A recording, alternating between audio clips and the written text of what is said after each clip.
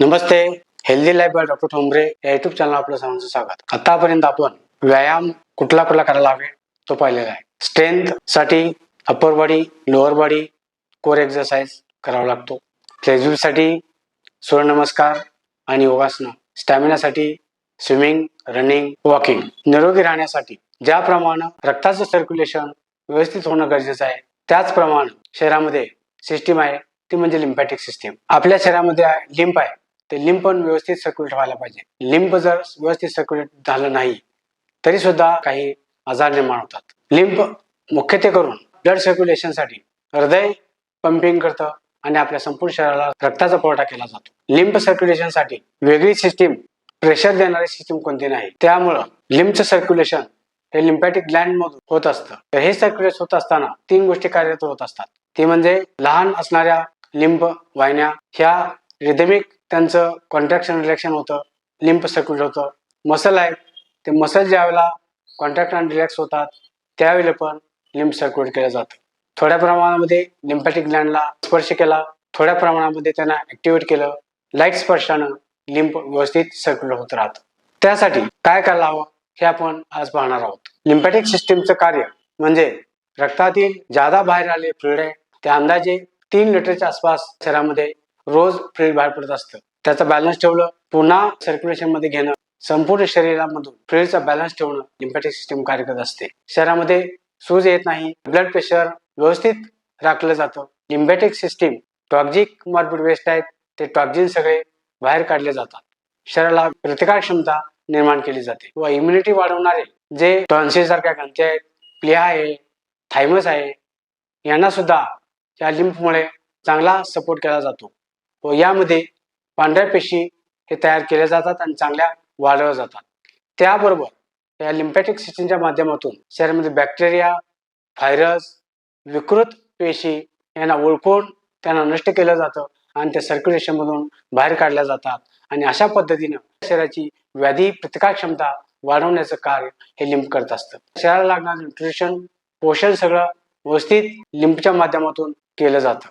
Lymph मध्ये विरघळणारे काही फॅट आहेत, त्यामध्ये विरघळणारे काही व्हिटॅमिन्स आहेत, हे व्हिटॅमिन्स पण व्यवस्थित विरघळले जातात, रेग्युलेट केले जातात, त्याचं आपल्या शरीरामध्ये अब्सॉर्प्शन केलं जातं, ताकद पुरवली जाते. जर लिम्फॅटिक सिस्टीम व्यवस्थित कार्यरत राहिली नाही, त्यांचा प्रतिबंध झाला, सर्वसाधारणपणे 24 तास ते 48 तासामध्ये विकृत लिम्फ शरीरामध्ये साठतं आणि विकृत लिम्फ साठले तर मग तीव्र व्याधी निर्माण होण्याची शक्यता असते. लिम्फॅटिक ड्रेनेज व्यवस्थित होणं ही सगळ्यात जास्त महत्वाची गोष्ट आहे. जर लिम्फ व्यवस्थित सर्क्युलेट नाही झालं तर फ्लुइड बॅलन्स व्यवस्थित ठेवला जात नाही, ग्रंथी सुजतात, लिम्फॅनॉइड निर्माण होतो, अंगावर सूज निर्माण होते, त्वचा जाडसर होते, सेल्युलायटिस होतो, विपरीत परिणाम होत असतो.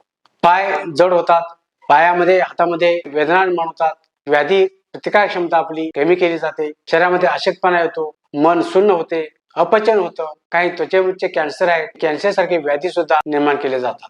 त्यासाठी आपल्याला विशिष्ट पद्धतीचा व्यायाम करायला हवा. लिम्फॅटिक सिस्टीम आपली व्यवस्थित कार्यरत नसेल, शरीरामध्ये इन्सुलिन रेजिस्टन्स निर्माण होतो. इन्सुलिन रेजिस्टन्स निर्माण झाला तर मग इन्सुलिन रेजिस्टन्समुळे ओबेसिटी, जुनाट आजार, थायरॉइड, कॅन्सर, मधुमेह इत्यादी व्याधी निर्माण होतात. त्या शरीरामध्ये लिम्फ व्यवस्थित सर्क्युलेट होत राहिलं, शरीरामधील इन्सुलिन रेजिस्टन्स कमी होतो. इन्सुलिन रेजिस्टन्समुळे निर्माण होणारे व्याधी आहेत ते संपूर्ण व्याधीपासून संरक्षण मिळतं. लाईफस्टाईल डिसीज आहेत ते लाईफस्टाईल डिसीजचं प्रिव्हेन्शन करू शकतो. लिम्फॅटिक ड्रेनेज व्यवस्थित सर्क्युलेट करण्यासाठी मग त्याला काय करायला हवं, हे होण्यासाठी विशिष्ट पद्धतीचा व्यायाम करायला हवा. तो विशिष्ट पद्धतीचा व्यायाम कुठला करायला हवा ते आपण पाहणार आहोत. लिम्फॅटिक सिस्टीम ऍक्टिव्हेट करण्यासाठी जास्त ताण पडणारा व्यायामाची आवश्यकता नसते. हलका फुलका व्यायाम आपला जरी केला तरी सुद्धा त्यामुळे लिम्फॅटिक सिस्टीम कार्यरत होत असते. लिम्फॅटिक व्हेसल्स आहेत, त्यांना जर स्पर्श झाला, ड्राय रबिंग आपण केलं तर हळूहळू ड्राय रबिंग केल्यामुळं त्यांचं सर्क्युलेशन व्यवस्थित होतं. लिम्फ मुख्यत्वे करून स्टर्नमपाशी असणाऱ्या ग्रंथीला स्टिम्युलेशन केलं तर लिम्फॅटिक सिस्टीम बरोबर कार्यरत होत असते. त्याबरोबर ज्या ज्या ठिकाणी लिम्फ नोड आपल्याला ऍक्टिव्ह करायला पाहिजे अशा ठिकाणी म्हणजे उदाहरणार्थ काख, कानाखालचा भाग, नाभीभोवती, गुडघ्याच्या पाठीमागच्या बाजूला आणि जांघेत जर स्टिम्युलेशन केलं तर लिम्फ बरोबर ऍक्टिव्ह होत राहतं. लाईट स्पर्श करणं म्हणजे लिम्फॅटिक ग्लँड बरोबर ऍक्टिव्ह होत राहतात. त्याबरोबर किरकोळ व्यायाम, हालचाली आपण जर केल्या तरी सुद्धा त्याचा उपयोग होतो. कशा पद्धतीने व्यायाम करायला हवा, त्यातली सगळ्यात महत्वाची गोष्ट म्हणजे डायफ्रॅमेटिक ब्रिदिंग करायला हवं. डायफ्रॅमेटिक ब्रिदिंग केल्यामुळे जे डायफ्रॅमचे मसल्स आहेत ते ऍक्टिव्ह होतात आणि त्यामुळे तिथून जाणारी थोरॅसिक डक्ट आहे ती ओपन होते आणि त्यामुळे लिंब बरोबर संपूर्ण शरीरामधलं सर्क्युलेट केलं जातं. संपूर्ण शरीरातलं फुल बॉडी मधलं लिंब सुद्धा या पद्धतीनं सर्क्युलेट होतं. म्हणून डायफ्रॅमेटिक ब्रिदिंग करायला हवं. त्यानंतर हा व्यायाम 5 ते 10 मिनिटापर्यंत करू शकतो.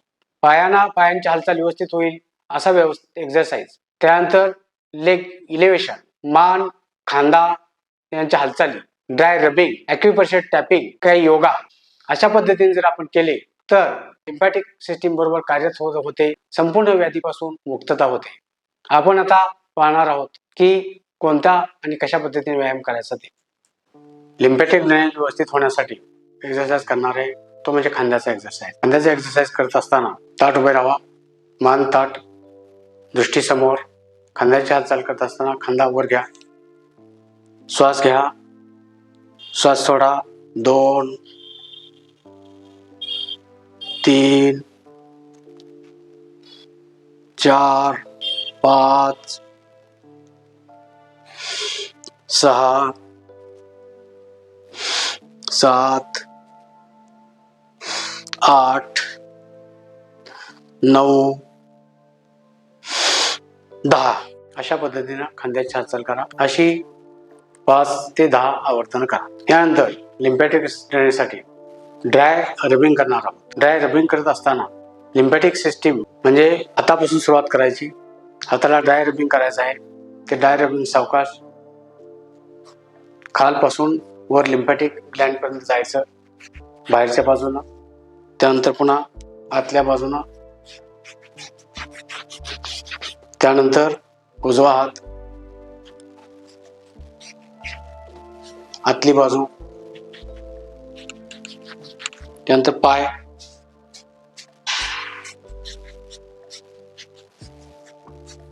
आतली बाजू,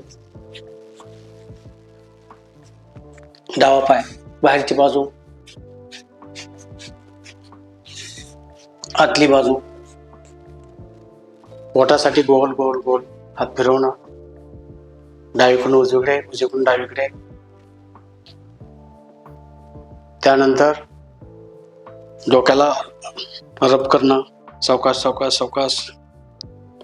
मानेच्या खालच्या बाजूला रब करणं, ज्या ठिकाणी ग्लँड आहे त्या ठिकाणी.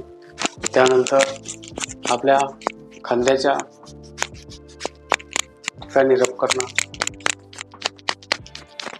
त्यानंतर तोंडाला रब करणं, त्याबरोबर पाठीला रब करणं. अशा पद्धतीनं स्लो रबिंग केलं तरी सुद्धा लिम्फॅटिक व्हेसल ऍक्टिव्हेट होतात आणि लिम्फ ड्रेन बरोबर केलं जातं.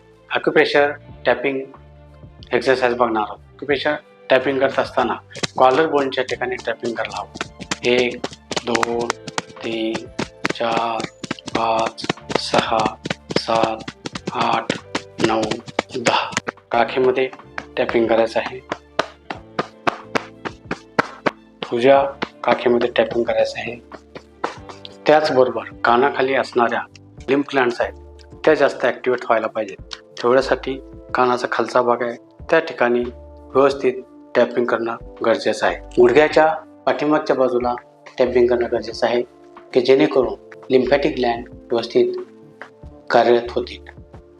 या पद्धतीनं पोटाला सुद्धा थोड्या प्रमाणात टॅप करायला हरकत नाही. ॲक्युप्रेशर टॅपिंग केलं तर लिम्फॅटिक ग्लँड ॲक्टिवेट होतात आणि सर्क्युलेशन व्यवस्थित होण्यासाठी त्याची मदत होते. पाय आहेत, पायाचे चंपे आहेत. ते चंपे आणि टाचा यांना जर थोडंसं प्रेशर पडून एक्सरसाइज केला उपयोगच होतो.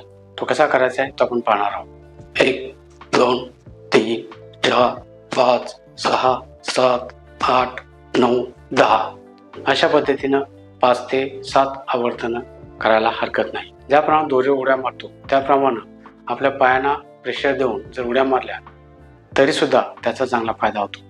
1 2 3 4 5 6 7 8 9 10 अशा पद्धतीनं 5-7 आवर्तनं करावीत. सावकाश स्लो वॉकिंग केलं तर त्याचा सुद्धा चांगला परिणाम होतो.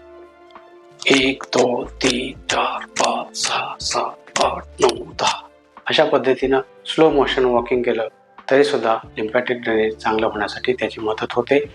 5 ते 10 आवर्तन रोज करायला हरकत नाही. डायफ्रॅगमॅटिक ब्रिदिंग करणार आहोत. नेहमी आपण श्वास घेताना आपलं पोट आत जातं. या ब्रिदिंग मध्ये श्वास घेत असताना आपलं पोट थोडं बाहेर आलं पाहिजे. कशा पद्धतीने करायचं ते पाहूया. सुखासन किंवा पद्मासन घाला.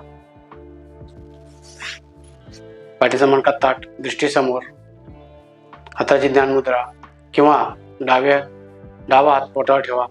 श्वास घेत असताना पोट बाहेर आलं पाहिजे. श्वास घ्या. 1, 2, 3, 4. श्वास सोडा. 1, 2, 3, 4, 5, 6, 7, 8 अशा पद्धतीनं 4 आकड्यामध्ये श्वास घेत असताना पोट बाहेर आलं पाहिजे आणि श्वास सोडत असताना 8 आकड्यामध्ये श्वास सोडा आणि पोट हळूहळू आत जायला हवं. अशा पद्धतीनं 5 ते 7 आवर्तन करा. याचा लिम्फ सर्क्युलेशनसाठी चांगला फायदा होतो. नाडीशुद्धी प्राणायाम करणार आहोत. त्याचाही डायफ्रॅमवर परिणाम होतो, कारण डायफ्रॅम हे सगळ्यात मोठे मसल आहेत आणि मोठे मसल कॉन्ट्रॅक्शन रिलॅक्शन होत असताना लिम्फ ड्रेनेज चांगल्या पद्धतीनं केलं जातं. नाडीशुद्धी प्राणायाम कसा करायचा पाहूया. हाताची प्रणव मुद्रा घ्या. उजवी नाकपुडी बंद करा. डाव्या नाकपुडीतून श्वास आत घ्या. 4 आकड्यामध्ये श्वास घेणार आहोत आणि 6 आकड्यामध्ये श्वास थांबवून ठेवणार आहोत. त्यानंतर 8 आकड्यामध्ये श्वास सोडणार आहोत आणि पुन्हा 6 आकड्यामध्ये श्वास थांबवून ठेवणार आहोत. अशा पद्धतीनं नाडीशुद्धी प्राणायाम करायचा आहे. उजवी नाकपुडी बंद करा. श्वास घ्या. 1, 2, 3, 4. थांबा. 1, 2, 3, 4, 5, 6. उजव्या नाकपुडीने श्वास सोडा. 1, 2, 3, 4, 5, 6, 7, 8. थांबा. 1, 2, 3, 4, 5, 6. श्वास घ्या. 1, 2, 3, 4. थांबा. 1, 2, 3, 4, 5, 6. सोडा. 1, 2, 3, 4, 5, 6, 7, 8. थांबा. 1, 2, 3, 4, 5, 6. अशा पद्धतीनं 5 ते 7 आवर्तन करा. यामुळे डायफ्रॅम कार्यरत होतो आणि लिम्फ सर्क्युलेशन व्यवस्थित होण्यासाठी त्याची मदत होते. काही योगासनं करणार आहोत की ज्याचा लिम्फ सर्क्युलेशनसाठी चांगला फायदा होतो. त्यामधील एक म्हणजे अधोमुख श्वानासन. ते करत असता दोन्ही हात समोर घ्या. दोन्ही पाय पाठीमागे घ्या. कंबर जास्तीत जास्त वर उचला. पाय टाचा खाली टेका. अशा पद्धतीनं संत श्वसन 1, 2, 3, 4, 5, 6, 7, 8, 9, 10 अशा पद्धतीनं हे आसन 3 ते 4 वेळा करायला हरकत नाही. यानंतर दुसरे आसन बघणार आहोत. ते म्हणजे विपरीत करणी. यामध्ये झोपणार आहोत आणि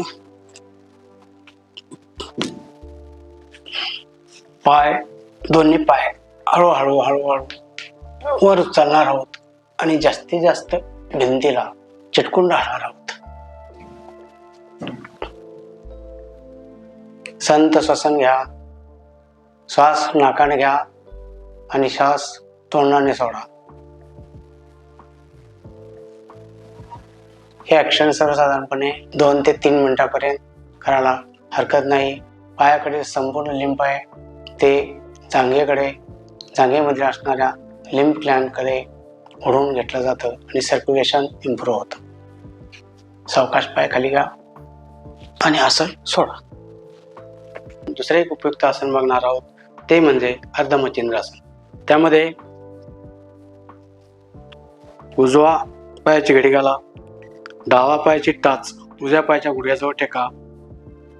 उजवा हात डाव्या पायाच्या पलीकडून घ्या आणि बरोबर चंपा पकडायचा प्रयत्न करा किंवा चंपा पकडा. यानंतर आपला डावा हात आहे ते पाठीमागे घ्या आणि जास्तीत जास्त पाठीमागे पहा. अशा पद्धतीनं संत श्वसन ठेवा. नाकाने श्वास आत घ्या आणि तोंडाने श्वास बाहेर सोडा. 1 2 3 4 5 6 7 8 अशा पद्धतीनं हेच आसन पुन्हा डाव्या बाजूने सुद्धा करा. डाव्या पाय मिटवून घ्या. उजवा पाय चिटाच डाव्या गुडघ्याच्या समोर ठेवा. डाव्या हातानं गुडघा हे करा आणि जास्तीत जास्त चंपा पकडा. उजवा हात पाठीमागून घ्या आणि पाठीमागं पहा. 1 2 3 4 5 6 7 8 9 10 अशा पद्धतीनं अर्धमच्छिंद्रासन 2-3 किंवा 5 वेळा करायला हरकत नाही. त्यानंतर उपयुक्त असणारे आसन म्हणजे सेतुबंध आसन, ते आपण कशा पद्धतीने करायचं ते पाहणार आहोत. पाठीवर झोपा. दोन्ही पायाच्या टाचा हाताने पकडा आणि कंबर वर उचला. 1 2 3 4 5 6 7 8 9 10 अशा पद्धतीनं सेतुबंधासन करा. हा एक्सरसाइज कुणी करू नये. ज्यांना जास्त प्रमाणामध्ये सेल्युलायटिस आहे, लिम्फेनोडिपॅथी आहे किंवा ज्यांना कॅन्सरसारखे आजार आहेत आणि कॅन्सरमुळं अशक्तपणा आलेला आहे, अशा लोकांनी हा एक्सरसाइज करू नये. योग्य सल्ला घेऊन, योग्य मार्गदर्शक घेऊन हा व्यायाम करायला हरकत नाही. अशा पद्धतीने व्यायाम केल्यामुळं आपलं शरीर निरोगी राहतं, लिम्फॅटिक ड्रेनेज व्यवस्थित होतं आणि निरोगी जीवन जगता येतं. हा व्हिडिओ आपल्याला आवडला असेल तर लाईक करा. काही शंका असतील तर कमेंट बॉक्समध्ये कमेंट टाका आणि असेच व्हिडिओ पाहण्यासाठी आमचे चॅनल सबस्क्राईब करा. धन्यवाद.